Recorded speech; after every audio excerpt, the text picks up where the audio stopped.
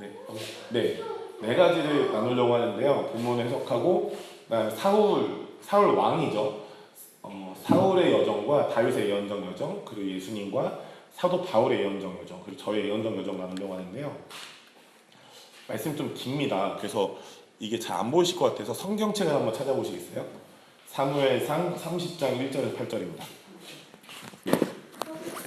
사무엘상 30장 1절에서 8절입니다. 죄송합니다. 제가 좀 크게 써서 그러는데 네.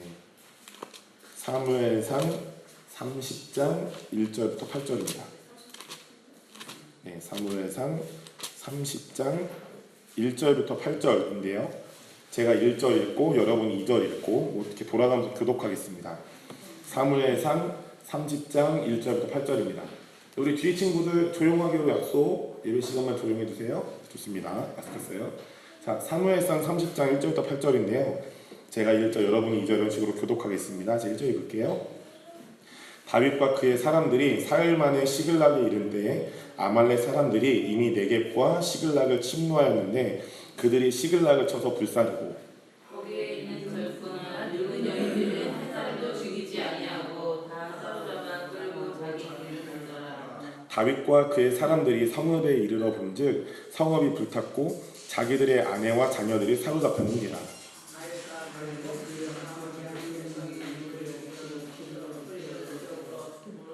다윗과 두 아내 이스라엘 여인 아히노암과 갈멜 사람 나발의 아내였던 아비가일도 사로잡혔더라.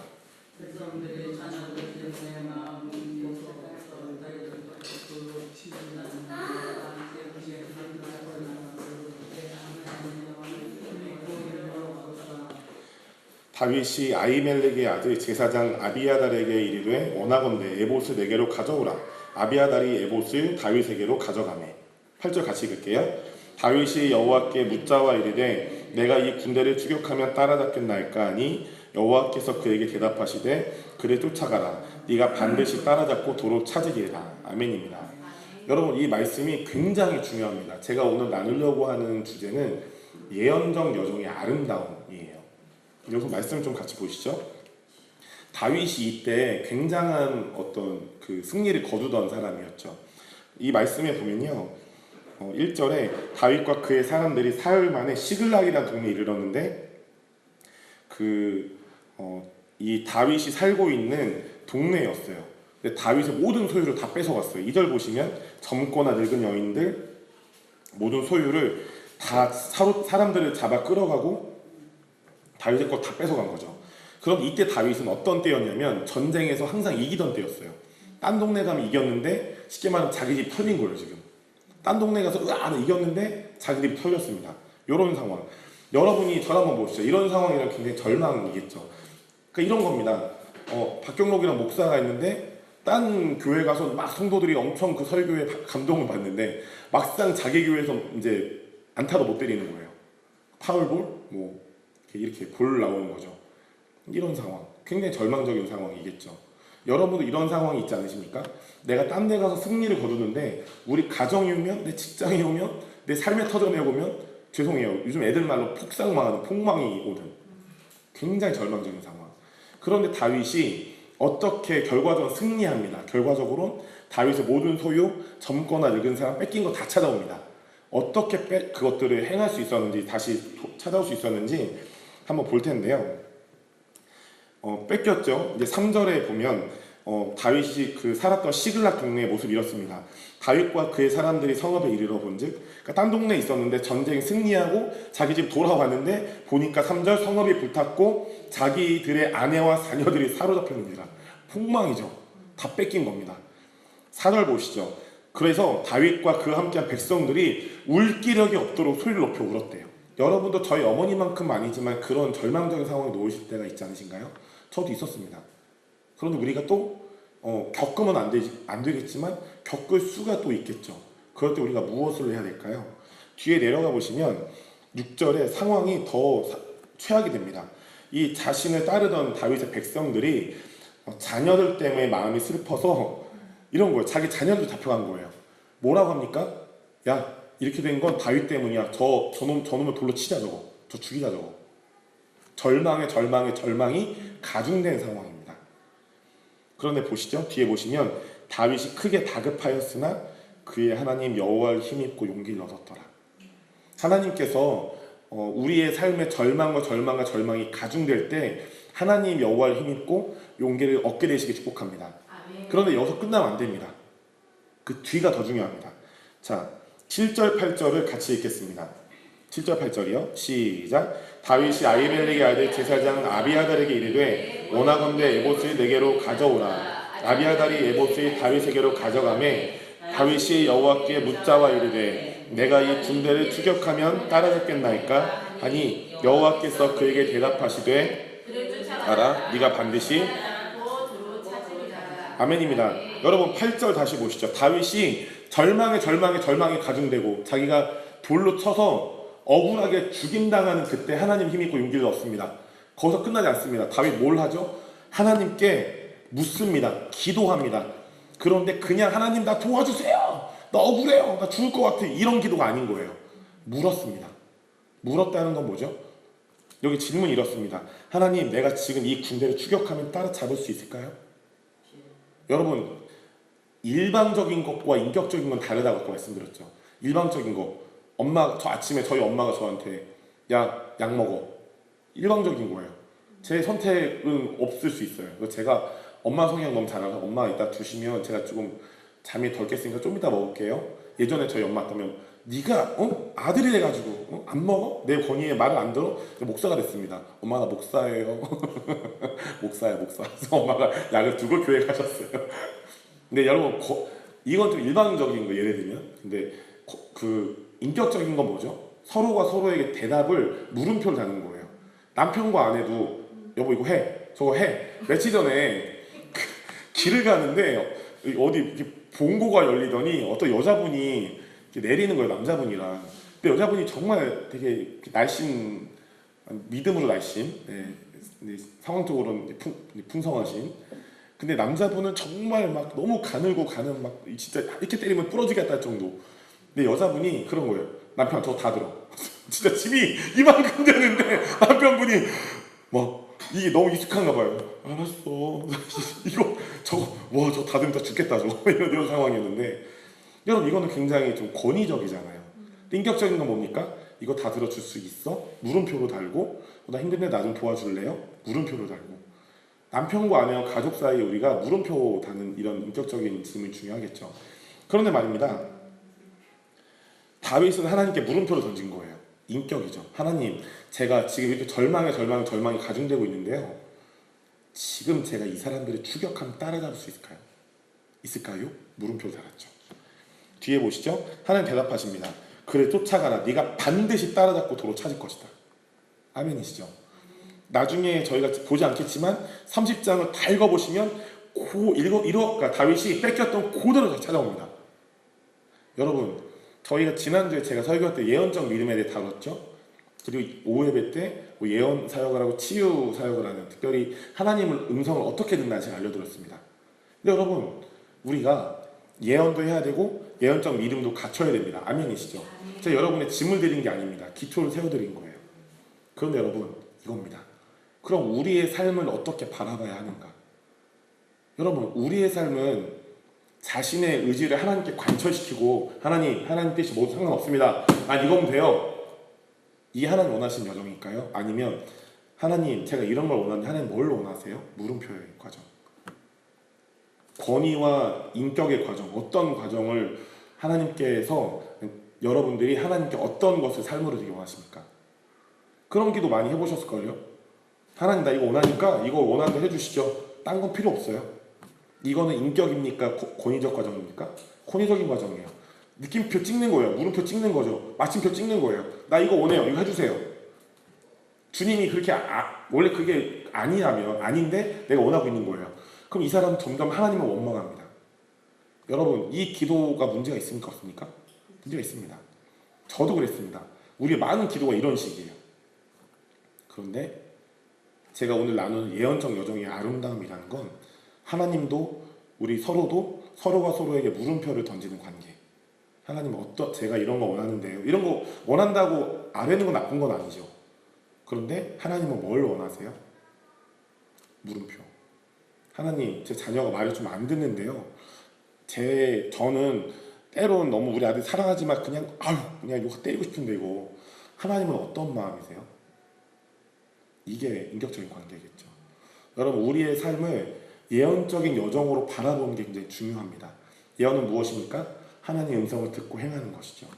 오늘 다윗이 뭘 하고 있습니까? 자신의 의지로 하나님께 안 물어보고 쫓아가서 뺏어올 수 있었어요. 근데 뭘 하죠?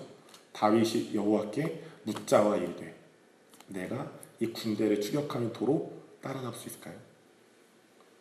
여러분, 특별히 우리 부모 세대에 계신 우리 권사님들, 또 어머니, 그런 거 굉장히 잘 아시죠? 하나님도 뭔 줄 알아요. 근데 내가 지금 살아가는 게 중요한 거예요. 내 의지로 사는 거, 물론 여러분 굉장히 선하게 하나님 받으셨죠. 근데 우리가 서로가 서로에게 또 배워야 될 게 있습니다. 저도 목사지만 저도 더 배우고 있고 살아내고 있습니다. 무엇이냐면, 따라해 보시겠습니까? 하나님은 우리에게 예언적인 여정을 살기를 원하신다. 이것입니다. 저희가 그들을 하나하나 살펴보도록 하시죠. 여러분, 성경에 보면 사울의 여정과 다윗의 예언적 여정이 다릅니다. 참고로 제가 사울에게는 예언적 여정이라는 단어를 붙이지 않았죠. 여러분들이 저보다 성경 잘 아시기 때문에 좀 더 알려드릴 텐데, 근데 여러분, 사울의 여정을 여러분 알고 계시죠? 사울, 저희가 좀 이따 보겠지만 사울이 가지고 있는 이름의 의미와 다윗이 가지고 있는 이름의 의미가 굉장히 중요합니다. 한번 보도록 하시죠. 좀 보실 것 같아요. 제가 웃긴 얘기 많이 해드렸어요 지금. 자, 여러분, 사울 왕이라는 사도 바울이 아닙니다. 헷갈리시면 안 돼요. 사울 왕이라는 사람이 성경에 나옵니다. 근데 사울이라는 이름의 뜻이요, 무엇을 묻다, 영어로 에스크예요. 저 뭐 좀 물어봐도 될까요? 여쭤봐도 될까요? 할 때는 묻다, 이런 단어죠. 그런 히브리어 쉴이라는 이름에서 유래된 이름이에요. 그러니까 쉽게 말하면 사울이라는 이름의 뜻은 무엇을 묻다입니다. 묻다. 근데 그 이름을 가진 사울은 하나님께 기도로 하나님의 뜻을 묻지 않고 자신의 임의대로, 의지대로 행했어요. 성경을 제가 연구해 보니까 사울이요, 딱 한 번 물어요. 하나님한테 한 번 묻습니다. 나중에 찾아보세요. 한 번 묻습니다. 근데 하나님은 응답하지 않아요. 그 성경에 보면 사울이 묻는데 하나님은 응답하시지 않더라라고 써 있습니다. 왜일까요? 단순합니다. 사울은 그 전에도 그 이후에도 하나님의 뜻을 묻지 않았고요. 하나님이 말씀하지 않으셨다면, 응답하지 않았다면 말씀하실 때까지 겸손히 기다리고 기도해야 했었죠. 근데 사울은 그러지 않습니다. 말씀하시지 않으면 그래? 그럼 내 마음대로 해야지? 지 마음대로 해버립니다. 결정적인 역사가 뭐가 있죠? 제사 지낼 때, 나중에 제사장이 제사를 지내는 게 원칙인데 사무엘이 안 오니까 늦어? 사무엘 늦어? 내가 할게. 나중에 사무엘 오니까 뭐 하시는 거냐고 난리가 나잖아요. 그것 때문에 이제 사울의 삶이 난리가 나는 전환점이 되죠. 근데 마찬가지입니다. 왜 사울이 하나님께서 응답하지 않으셨다면 겸손히 하나님의 얼굴을 구하고 말씀하실 때까지 기다려야 했는데 사울은 조급한 거예요. 여러분, 절 따라해 보시죠. 마귀보다 더 중요한 우리의 적은 조급합니다. 아멘이시죠? 여러분, 사울이, 저도 이런 실수를 했고 뭐 때론 이렇게 잦은 실수를 우리가 하지만요, 사울은 더 심각한 실수를 한 거예요. 오히려 그게 빨리 이게 신호가 바뀌지 않으면 기다렸다가 가야 되잖아요. 근데 사울은 그러지 않았던 거예요. 안 와? 그럼 가버려? 했을 때 경찰을 만났던 저와 같은 역사. 근데 여러분, 저와 같은 상황에 모였을 때 여러분 누굴 탓하시나요? 저는 그때 진짜 미성숙했어요. 뭘 탓했냐면요, 제 안에 조급함을 탓해야 되잖아요. 왜냐면 빨리 안 들여다주면 목사님이 혼나니까. 근데 여러분, 조급함이 중요해요? 아니면 질서를 지키는 게 중요해요? 질서를 지켜야죠. 더 무서운 거 뭔지 아십니까? 그 돈이 교회로 날라왔어요. 그 영장이. 목사님한테 되게 혼났겠죠. 이중 혼난 거예요. 돈 네가 박정사 돈 네가 내. 그 목사님한테 까이고 이중 혼남. 근데 제가 질서를 지켰다면 혼나지 않았겠고, 뭐 목사님이 뭐 한 소리 들을 수 있어도 그렇게까지 혼나지 않았겠죠. 근데 저는 그때요, 제 안에 조급함을 탓하지 않았어요. 내가 조급함을 선택했네. 하나님 회개합니다. 앞으로 이제 않을게요. 근데 우리가요, 진짜 무서운 게 있어요. 미성숙함에만 계속 젖어 있으면 요 상황을 마귀 탓으로 돌려요. 마귀가 나 조급하게 했어. 여러분, 아니에요. 저는 그때 제가 선택한 거예요. 마귀가 저에게 박경록 네가 조급하게 가야 돼 한 적이 없단 말입니다. 여러분 마귀보다 더 무서운 적이 우리 안에 조급함이에요. 마귀보다 더 무서운 게 우리 안에 분주함입니다. 아멘이시죠? 아멘. 기도할 때 꼭 기도하고 내가 새벽 기도 나가고 기도와 말씀에 집중하려고 하면 꼭 뭔가 생각나잖아요. 아 TV 껐나? 가스 껐나? 냉장고에 애들 반찬 내 사놨나? 이거 저게 여러분 이거 물리쳐야 됩니다. 아멘이시죠? 아멘. 여러분 그래서 보겠습니다. 사울은 조급함으로 자신이 임의대로 행했습니다. 음성을 듣지 않았다는 것이죠.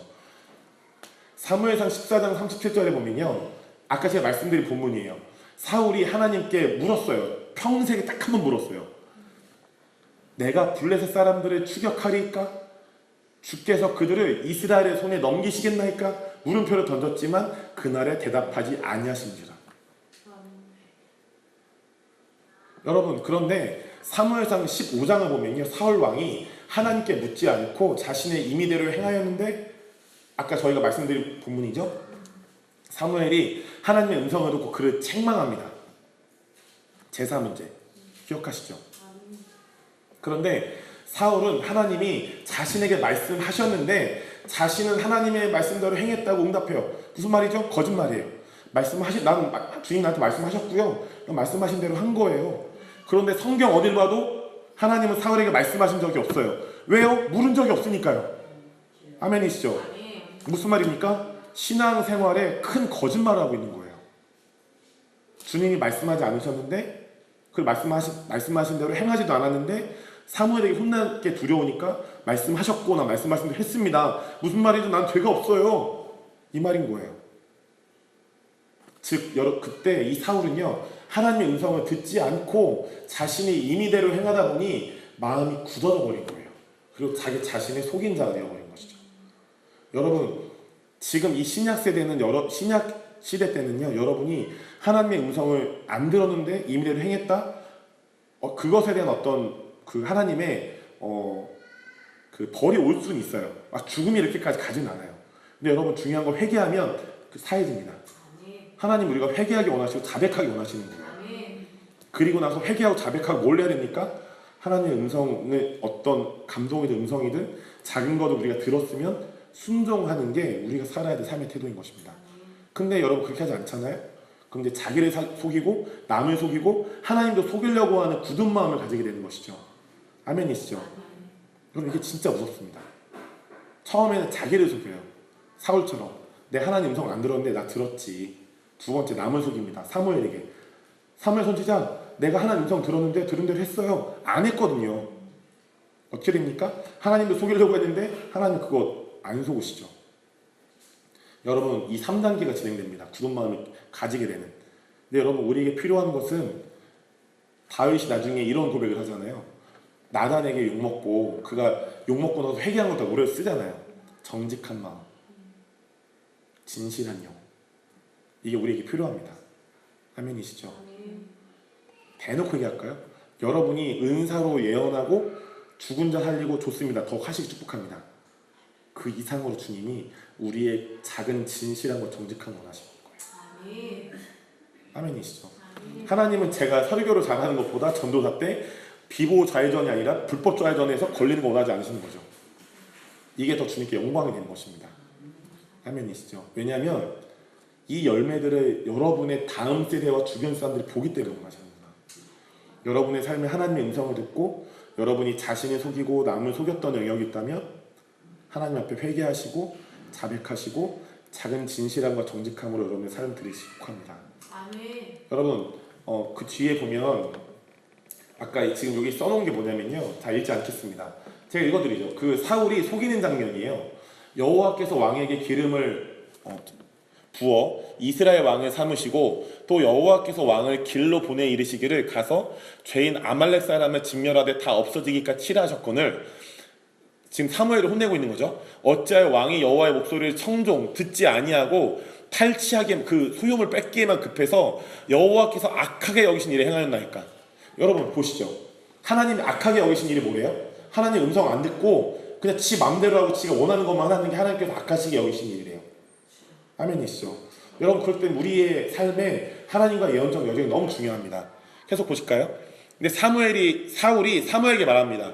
나는 실로 여호와의 목소리를 청종했고 하나님이 보내신 길로 가서 아말렉 왕을 이끌어 왔고 아말렉 사람들 진멸했지만 다만 백성이 그 마땅히 멸할 것 중에서 가장 좋은 것으로 길갈에서 당신의 여호와 하나님이 제사하려고 좋은 거 끌고 왔어요. 이해가 되시죠? 하나님이 하라는 거 안 하고 하나님 보시기에 좋은 거 드리고 싶으니까 제가 좋은 거 갖고 왔다는 거예요. 근데 여러분 이런 겁니다. 여러분의 그 엄마 아빠, 여러분의 엄마 아빠시고 청년도 있는데 자녀들에게 미안한데 또 가서 계란 좀 사오려 했는데 애가 식초를 사오는 거예요. 아니 식초 말고 계란을 사다 줘야 되는데 간장 사오는 거죠. 그럼 여러분 화내십니까 안 내십니까? 화내죠. 당연한 겁니다. 물론 화내실 수 있다는 거예요. 근데 지금 얘가 계속 이런 상황이에요. 사울이 그런 상황, 얘를 나중에 혼나겠죠. 이분이 지금 이런 상황인 거예요. 하나님이 이거 하지 않을래 말씀하셨는데 의도적으로 그걸 안 지키는 거예요. 왜요? 그거 할 마음이 없는 거거든요. 더 중요한 건 이미 굳은 마음이 장착이 돼서 하나님께 영광 드리기보다는 자기가 영광 받고 싶은 거죠. 뒷절을 보시죠. 사무엘 얘기합니다. 여호와께서 번제와 다른 제사를 목소리를 청종하는 것을 좋아하심같이 좋아하시겠습니까? 여러분이 이 평화교회 더 많은 헌금 드리시기 축복합니다. 아멘. 더 많은 재정 드리시기 축복합니다. 아멘이시죠?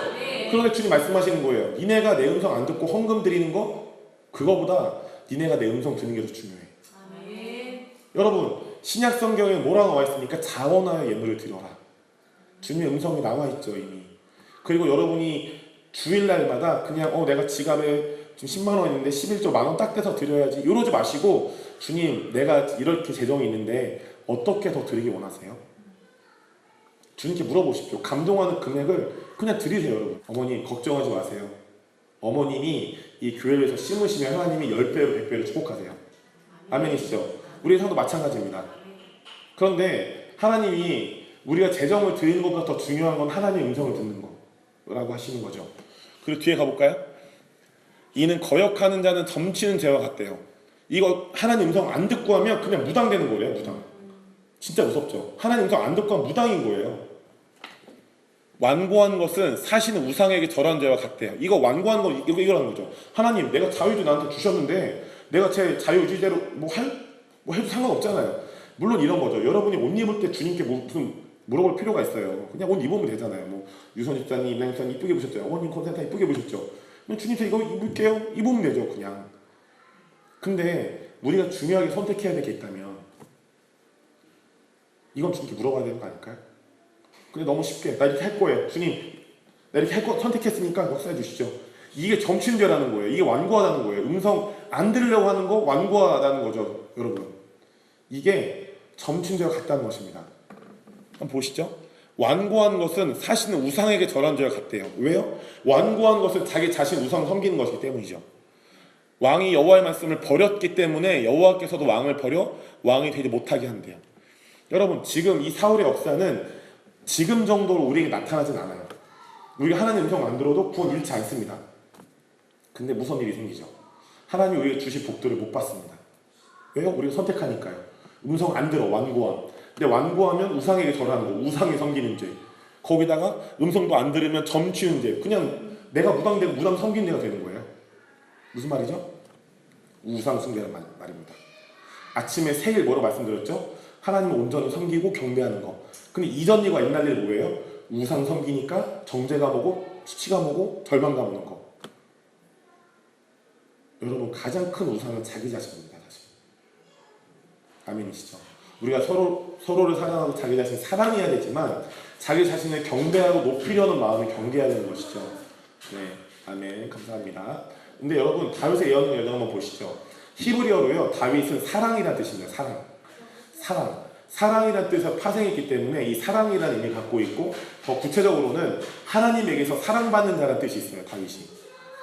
그런데 이 다윗이요 어떻게 하나님께 사랑받았을까요? 그 결과적으로 나중에 사도행전을 보면 하나님이 다윗을 이끌어 내 마음에 합한 자라 말씀하시죠. 어떻게 그렇게 하나님께 사랑받았을까요? 근데 성경을 보고 그의 삶을 묵상해 보면요 단순합니다. 다윗은 그의 평생의 삶에서 하나님과의 예언적 여정을 통해서 겸손히 하나님의 얼굴을 구함으로써 예배하며 하나님의 음성을 듣고 행했고요. 그것을 통해 하나님께 사랑받은 거예요. 아멘이시죠? 그래서 그는 하나님과의 예언적 여정을 통해 하나님께서 예언적으로 주신 새로운 노래들을 모은 게요, 우리가 성경에서 보고 있는 시편이에요. 아멘이시죠? 그래서 여러분, 이 시편을 통해서 예언적으로 하나님이 어떤 분이신지, 하나님께서 어떤 성품을 가지고 계신지, 또 하나님께서 어떤 일들을 행하시는지 선포하며 시편에서 나타낸 것이죠. 여러분, 심지어요, 시편 22편을 보면 찾아보지 않겠습니다. 다윗이 예수님이 고난받는 그 상황을 예언적으로 보고 씁니다. 근데 그가 예언적으로 오랜 시간 이후에 자신의 후손으로 오게 될 예수 그리스도의 고난을 보고 서술한 거예요. 예언적 노래인 것이죠. 그렇기 때문에 다윗은 그의 평생의 삶을 통해 하나님과의 예언적 여정을 경험했고요. 그 예언적 여정은 다윗의 삶에 놀라운 기쁨과 즐거움을 가져다 줬습니다. 그래서 여러분, 다윗이 쓴 시편을 보면 가장 많이 나오는 단어가 있어요. 기쁨이에요. 주께서 내게 주신 기쁨은 곡식이 승할 때보다 더 풍성하다. 그리고 주님 내 앞에 모셨는데 주의 앞에는 기쁨과 즐거움이 가득하다. 아멘. 여러분, 아멘이시죠? 주님과 예언적 여정은 기쁨입니다. 근데 저 하나님 성 못 듣는데요? 지난주에 알려드렸죠, 어떻게 듣는지. 그리고 좀 있다가 저에게 독특하게 제가 요즘 하나님 음성을 듣고 있는데요, 여러분 절대 안 해보시죠. 하나님은 죄송합니다, 수다쟁이다. 여러분이 여러분의 생각을 주님께 맞추면 주님은 계속 말해요. 우리가 들으려고 하면 주님 계속 말씀하세요. 그런데 생각으로 말고 여러 가지로 말씀하신다는 거죠. 제가 제 여정을 말씀드리면서 하나님 저에게 요즘에 독특하게 하나님의 음성을 들려주고 계신데, 그 여정도 제가 간증해 드릴게요. 여러분, 예수님과 바울도 예언적 여정을 겪었습니다. 자, 예수님 먼저 보시죠.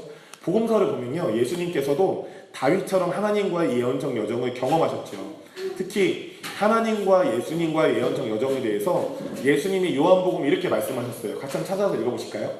요한복음 5장 19절인데요.